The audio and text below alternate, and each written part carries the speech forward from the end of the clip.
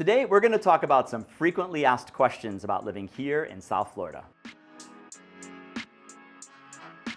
So I think some of the reasons that people move to South Florida, I know that it was right for me at the time, is the weather. I couldn't deal with cold weather anymore, so I had to get out of it, had to get out of the ice, the snow.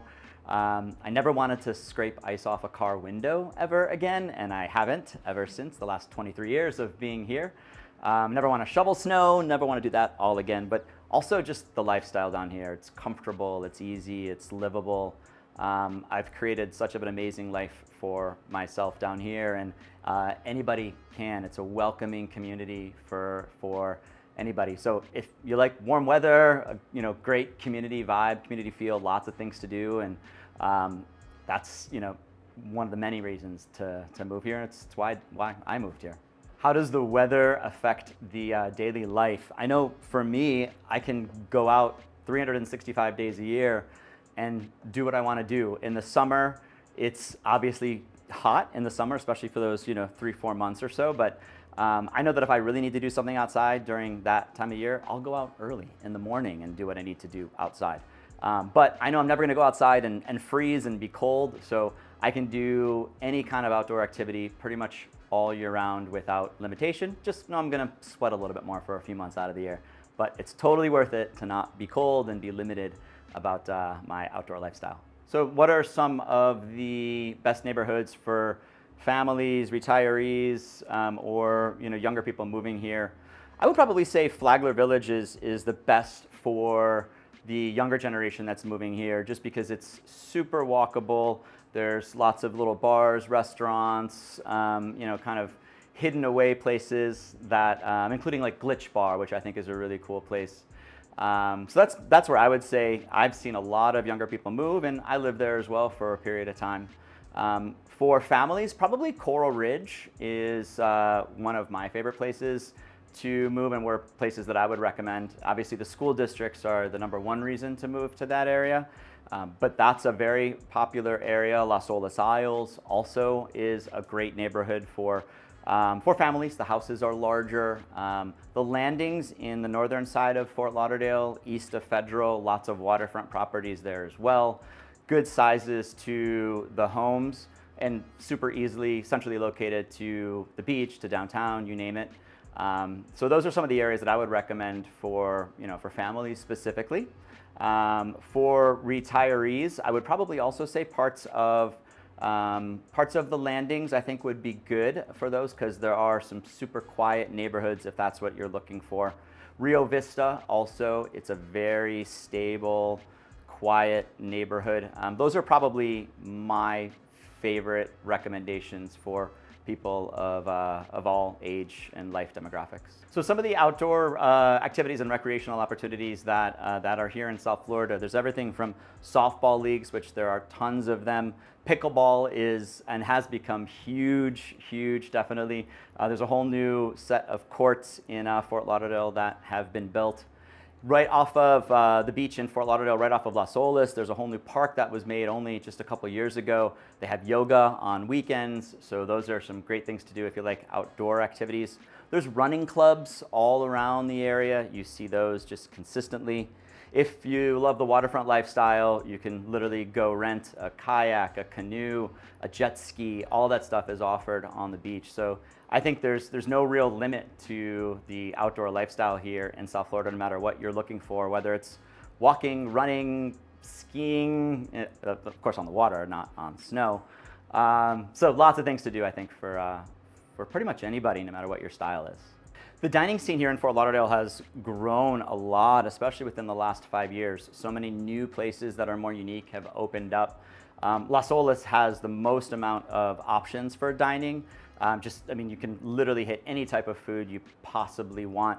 I just went over to Morton's just a little bit ago for a friend's birthday, which delicious, and the service was absolutely amazing.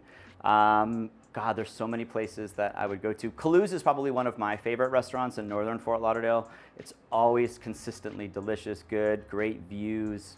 Other than that, Fat Boy Sushi, if I'm going for sushi, that's probably the place that I would go. That's 2 locations actually, one on the south side of Fort Lauderdale, one on the north side of Fort Lauderdale.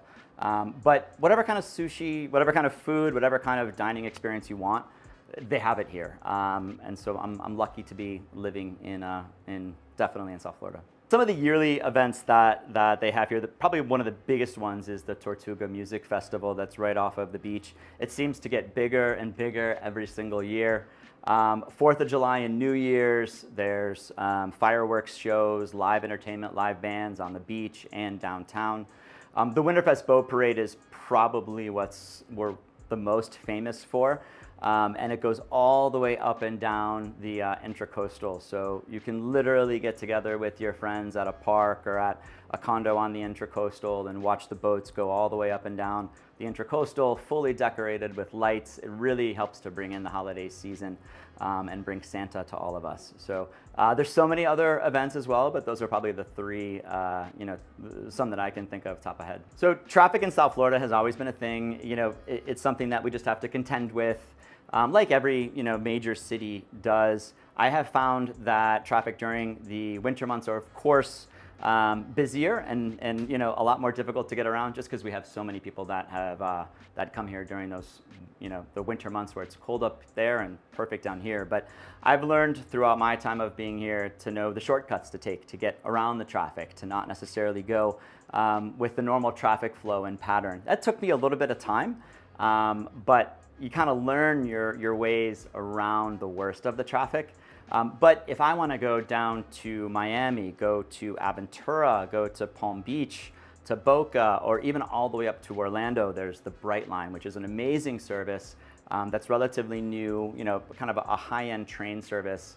It's great. I just set my parents up to Orlando literally last week, and they had an amazing experience on it, and it was super easy. There's also the Tri-Rail if you want to get down to the Miami airport. That's been around for a long time, and it's super easy to get to the Miami airport, and I think it's $3 or $5 or something. It's very minimal.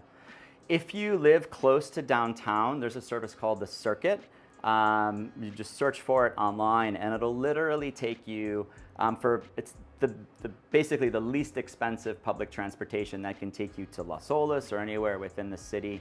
So that's a great service that a lot of people don't really know of. And then of course, Uber, Lyft, the normal stuff. But traffic-wise is difficult. Sometimes of the year it's a lot easier, especially in the summer months. You learn to deal with it, learn to get around, and you figure out your ways to make sure that you are getting to where you need to go in the quickest time possible. One piece of advice that I would give to someone that wants to move down to South Florida, first of all, come and visit. Get a hotel, pick some areas and stay. Come a few times to be able to familiarize yourself with here, because there's so many different types of neighborhoods and types of experiences that you can have. And in order for you to be happy with where you are, you really need to understand the types of areas that you're in and the services that you're close to. Some people love to be near the beach. Some people don't care about the beach and they want more of the downtown lifestyle, or they want to be in a walkable area. Some people want to be in an area that's just super quiet, but yet super accessible to all the services. So the biggest piece of advice, come down, stay a week, stay a period of time, check the area out. And also, if you really don't have a lot of time and you have to make a faster decision, then honestly, rent a place for a year. Because the place that I originally moved here 23 years ago, the area, I would not want to live in now. It's just not my vibe. It's not who I am. And I didn't know that until after I already lived here, until I already learned the other areas. And now I love where I'm at. It's perfect for me, for my lifestyle. So come down here, spend some time, vacation, or even move down, rent for a period of time, and then you're gonna find the right place that's perfect for you. And that here wraps up part 1 of the frequently asked questions that I get asked about moving here and relocating to South Florida. We'll see you on the next video.